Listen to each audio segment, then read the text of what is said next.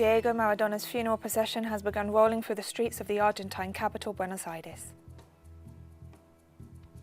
UK drug company Aztrazeneca has announced that its COVID-19 vaccine needs additional studies after concerns were raised about the effectiveness of its jab.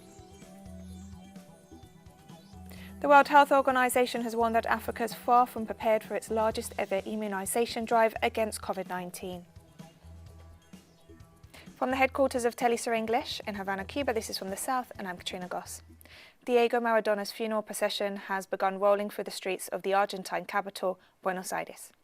Thousands have lined the streets to bid the football legend a final farewell as a hearse bearing his flag-draped coffin, surrounded by police on motorcycles, drove at high speed through the streets around the presidential palace, where thousands of fans had filed past Maradona's coffin since the early morning of this Thursday. The cortege spread quickly onto a highway heading to the Jardín del Paz private cemetery in Bellavista on the outskirts of the Argentine capital, where his parents were also buried and where Maradona will be laid to rest in a private family ceremony.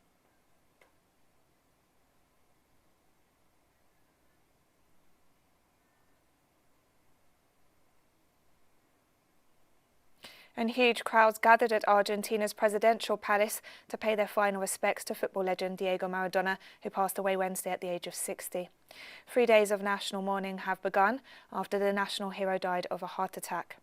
Many people wept blue kisses or said prayers as they filed past the footballer's coffin from the early hours, which was draped in Argentina's national flag and football shirt, bearing his trademark number 10 on the back.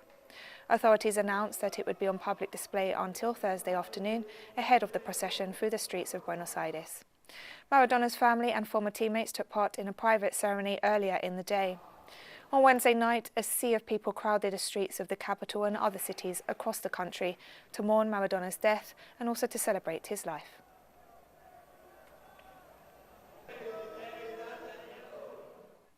An Argentine President, Alberto Fernandez, paid his respects to Diego Maradona, laying a red T-shirt with the number 10 at his coffin in the Casa Rosada in Buenos Aires.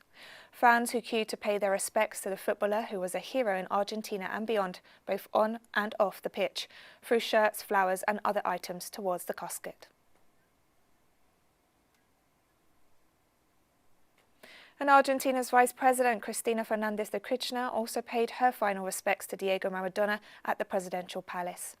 On learning of his death on Wednesday, the Vice President tweeted, "Much sadness, a great has gone. Farewell, Diego, a huge embrace for his family and loved ones." Venezuelan President Nicolas Maduro said he had not felt such sadness in a long time on reacting to the death of footballing legend Diego Maradona.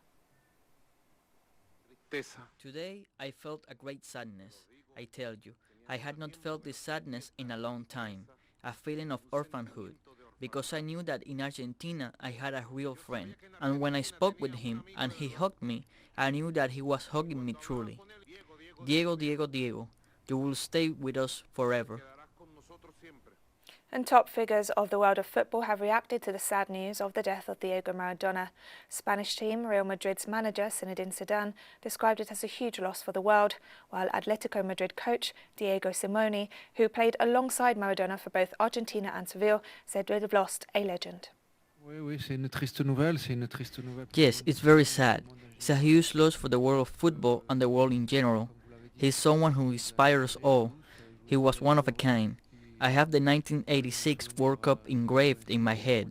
I was lucky enough to meet him afterwards and tell him he was an inspiration for millions of young people around the world, especially for me, even though my idol was Enzo Francescoli.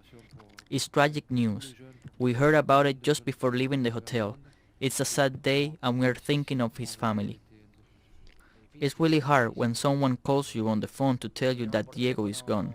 You say it cannot be. We've lost a legend, an Argentinian who was known for breaking the mold in a good and bad way. He always did his best to instill his fighting spirit in others. I'm 50 and Diego was 60. We loved playing football because we admired him. We were teammates in Sevilla. He and his families welcomed me with open arms. I was just a boy. He made his mark on Argentina's national team. When you hear it, you just don't think it is possible.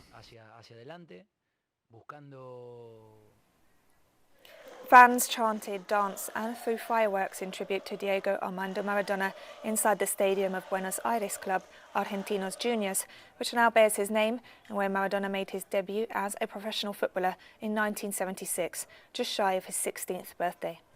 Thousands of mourners, many in tears and many wearing the World Cup winners' number 10 Argentina jersey, gathered in streets and at stadiums around Buenos Aires in a spontaneous celebration of his life.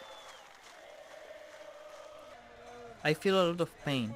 I love Maradona. He may have had many defects, as you can imagine, outside the pitch, but as a footballer he taught me so much. Maradona taught me so much. Outside the pitch he can be whatever he wants, but inside the pitch he gave me everything.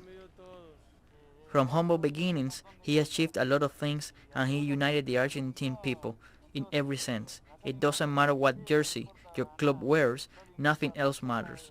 What only matters is to stay close to him at this moment. May God keep him in his glory. We will always remember him. And fans across the world have reacted with huge sadness to the football star's death, remembering Maradona and his feats, both on and off the pitch, with great affection. Maradona contributed many things, many ideas in sport, in politics and in human relations. Maradona was also helped by the Cubans, in the sense that Maradona was here in Cuba for a long time, receiving medical treatment. He was not only a splendid football player, but he was a man committed to the humble and the oppressed of the world, an extraordinary man and an evident football genius, who also lived his greatness glories right here in Mexico in the World Cup of football. He is a great football player. Chinese people like him very much and a lot of people look up to him. He is a very good athlete. After he retired he was still focused on football, so we all like him very much. I feel his sudden death is very unfortunate. Maradona is a very famous person. He has very good football skills and he is a decent person, no scandals and all. Chinese people are familiar with him. I think some football fans have deep affection towards him, although I'm not one of them, but I still feel very uncomfortable hearing the news. Neapolitans gathered to pay tribute to football legend and local hero Diego Maradona in front of the San Polo Stadium, where he brought glory to one of the poorest cities in Europe. The mayor of Naples has proposed that the stadium be renamed in honour of the city's beloved Argentine footballer. Maradona was most loved at club level for his spells with Boca Juniors in his homeland and Napoli in Italy, where he won the club's only 2 league titles in 1987 and 1990 to become a legend among the city's working-class football fans. The president and owner of Napoli, Aurelio De Laurentiis, said it could be an idea to rename the stadium San Polo Maradona and announced his intention to broadcast images of Diego's feats at the stadium on Thursday. I didn't expect it. He has left us as he arrived, by surprise. He has left us. We didn't choose Maradona. Maradona chose Naples. I came last night as well. That was all my teen years. I can't believe it. I can't believe it. Beyond what everybody is saying about him, he was the greatest. My only wish now is to know that he is happy among the angels, that maybe they wanted a captain, and he will take them to victory as only he knows how. UK drug company Aztrazeneca has announced that its COVID-19 vaccine needs additional study after concerns were raised about the effectiveness of its jab. The company's chief executive, Pascal Soriot, was quoted as saying in a Bloomberg News report on Thursday that an additional study would be run to evaluate a lower dosage that performed better than a full amount in AstraZeneca's studies. The CEO said it would probably be another international study, but this one could be faster as a smaller number of patients would be required to validate the theses. Several scientists raised doubts about the robustness of results released on Monday, showing the experimental vaccine was 90% effective in a subgroup of trial participants who, by error initially, received a half dose followed by a full dose. However, the company said that while further research was needed, it did not expect it to delay regulatory approval in Europe. British Health Minister Matt Hancock outlined the new tiered system of COVID-19 restrictions that will come into force after the current national lockdown for England ends on December 2nd. The capital, London, will escape the tightest restrictions once England's national coronavirus lockdown ends next week. However, major cities, including Manchester and Birmingham, face at least 2 more weeks of tough rules. Most of the country, including the capital, will enter into Tier 2, under which restaurants and many leisure facilities will be allowed to reopen. Limited public attendance at performances and sporting events will also be allowed. People from different households may not mix indoors in either Tier 2 or 3. The health minister said cases were down 19% and hospital admissions down 7% nationally over the past week. The United Kingdom has been Europe's worst hit country by the novel coronavirus. It's recorded more than 57,000 deaths within 28 days of a positive virus test, after announcing almost 500 new fatalities on Thursday, while nearly 1.6 million cases have been confirmed since March. The government has been widely criticised for its slow response and major failures to introduce an effective testing and tracing regime in time to prevent a second wave. We must make the right judgments guided by the science. The majority of England will be in Tier 2, but in a significant number of areas, I'm afraid, they need to be in Tier 3 to bring case rates down. I want to thank everybody who's in the Tier 3 areas for the sacrifices that they're making, not just to protect themselves and their families, but their whole community. And regardless of your tier, I ask everyone, we must all think of our own responsibilities to keep the virus under control. We should see these restrictions not as a boundary to push, but as a limit on what the public health advice says we can safely do in any area. Cuban authorities announced the registration of 2 new COVID-19 vaccine candidates for clinical trials, bringing the total the island has developed to 4. After a careful review of research conducted to date, the Centre for the State Control of Medicines, Equipment and Medical Devices authorised the beginning of the clinical trials of the latest 2 Cuban-developed vaccine candidates against COVID-19, which have been named Mambisa and Abdallah, both names of historic connotations, developed by the Centre for Genetic Engineering and Biotechnology. The Mambisa vaccine will be applied as a nasal spray, while Abdallah will be administered as an intramuscular injection. Cuba was the first country in Latin America and the Caribbean, and the 30th worldwide, to receive the authorization to start clinical trials of a vaccine candidate against COVID-19 in August, named Soberana 01, while at the beginning of November, the World Health Organization included a second Cuban vaccine candidate, named Soberana 02, in the official site of projects that clinical trials have started. Indian authorities said on Thursday that accurate forecasting and the evacuation of several 100,000 people helped prevent any loss of life as severe cyclonic storm Nivar hit the southeast of the country overnight.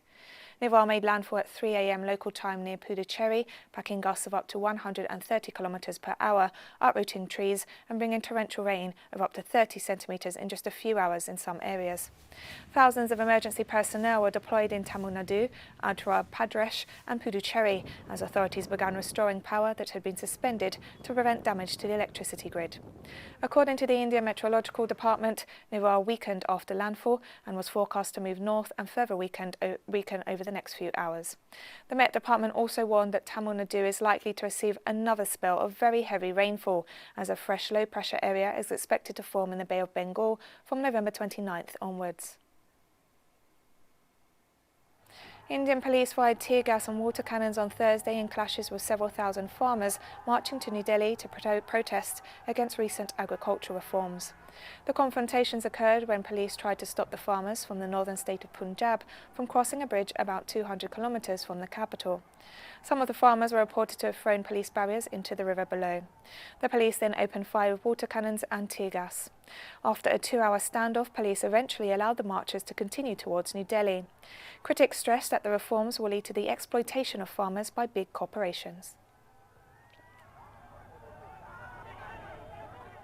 In Spain, the plan regarding restrictions over the Christmas period in the midst of the ongoing coronavirus epidemic is being discussed. The debate comes in the context of growing fears in Europe that relaxing measures during the holidays will result in a third wave of COVID-19 across the continent. Our correspondent Adriana Cardoso has the details. As Christmas celebrations loom, experts worry about the elimination of the restrictive measures that are slowing down the second wave of coronavirus. That is why the Spanish government has proposed a 6-people limit in family meetings, a curfew at 1 o'clock at night, and the elimination of mass public events. We are entering a very critical period for everyone, the Christmas season, and we have to be aware that we have to keep flattening the curve. We have an accumulated rate below 400, but the World Health Organization tells us that we have to keep 25 cases per 100,000 inhabitants for 14 days. This is the initial proposal that is being discussed with the autonomous communities today with the purpose of building some consensus. But the communities have different demands. For example, Madrid prefers even more relaxed measures if the daily infection rates gets lower. Our position is to have gatherings of at least 10 people in the same house, with a maximum of 3 people living together. And also that the curfew that affect Christmas Eve and New Year's Eve do not start at midnight. A national vaccination plan has already been approved. It will start with the groups at risk and health personnel, and it will eventually cover the entire population. The vaccine will be free and the vaccination will be done through the public health system. Our government will buy 140 million doses that would allow to vaccinate 80 million people. Therefore, there will be enough doses to vaccinate 100% of the population, and our country has a strong tradition of vaccination, and we think that with the proper explanation to the citizens and with the health personnel, we are going to reach very high percentages of people protected from the disease. The government intends to enforce the restrictive measures right until before the Christmas holidays. But according to experts, relaxing the restrictions could result in a steepening of the contagion curve in the first week of January. Adriana Cardoso, teleSUR, Madrid. China said Thursday that relations with the United States should not be based on confrontation after Chinese President Xi Jinping on Wednesday congratulated Joe Biden on his election victory. Maintaining the healthy and stable development of Sino-US relations conforms to the fundamental interests of the Chinese and US people, and is also the common expectation of people of insight in the United States and the international community. China is willing to uphold the spirit of non-conflict, non-confrontation, mutual respect, and win-win cooperation with the United States, strengthen communication, focus on cooperation, control differences, and promote the healthy and stable development of Sino-US relations. The World Health Organization has warned that Africa is far from prepared for what will be the continent's largest ever immunization drive against COVID-19. And experience has shown that when we have an average or weighted score around 80% or above, clearly it shows that the country can safely deploy a vaccine or conduct a vaccination campaign to reach the maximum of the impact. So we are far from getting there. So far the weighted average is around 33% at the beginning, that we need absolutely to work and support country to make sure that the countries can bring up all of their different pillars of vaccine introduction to a level where if a vaccine becomes available soon, a country can safely deploy the vaccine to reach the maximum impact. Burkina Faso's electoral board announced Thursday that President Marc Christian Kabore secured a second term in office after gaining an outright majority in the first round of the elections held on November 22nd. After this proclamation, Mr. Kabore, Roch Christian Marc, is declared provisionally elected in the first round as president of Burkina Faso with 57.87% of the votes in the election of November 22nd. And speaking following the confirmation of his victory, President Roch Kabore listed the issues that his government plans to work on immediately. This is a victory we have achieved. There is indeed joy in our hearts, but it is also an important responsibility, that of being the president of all of the Burkinabe people, without exception. And I would like to say that with regards to security issues, national reconciliation issues, development issues, issues concerning the improvement of the living conditions of the Burkinabe people, these are relevant issues that we are going to get to work on very quickly. A rescue operation is underway in the Zimbabwean town of Bindura after at least 40 informal miners were trapped underground following the collapse of a shaft in a disused gold mine. The head of the Zimbabwe Miners Federation, Wellington Takavarasha, said the incident occurred late Wednesday, around 70 kilometers north of the capital, Harare. So far, 6 miners have been pulled from the rubble and taken to hospital. Mining is a major source of foreign currency for Zimbabwe, where gold alone accounts for 60% of exports. Accidents are relatively common in decommissioned mines, particularly when the ground is loosened by the rain.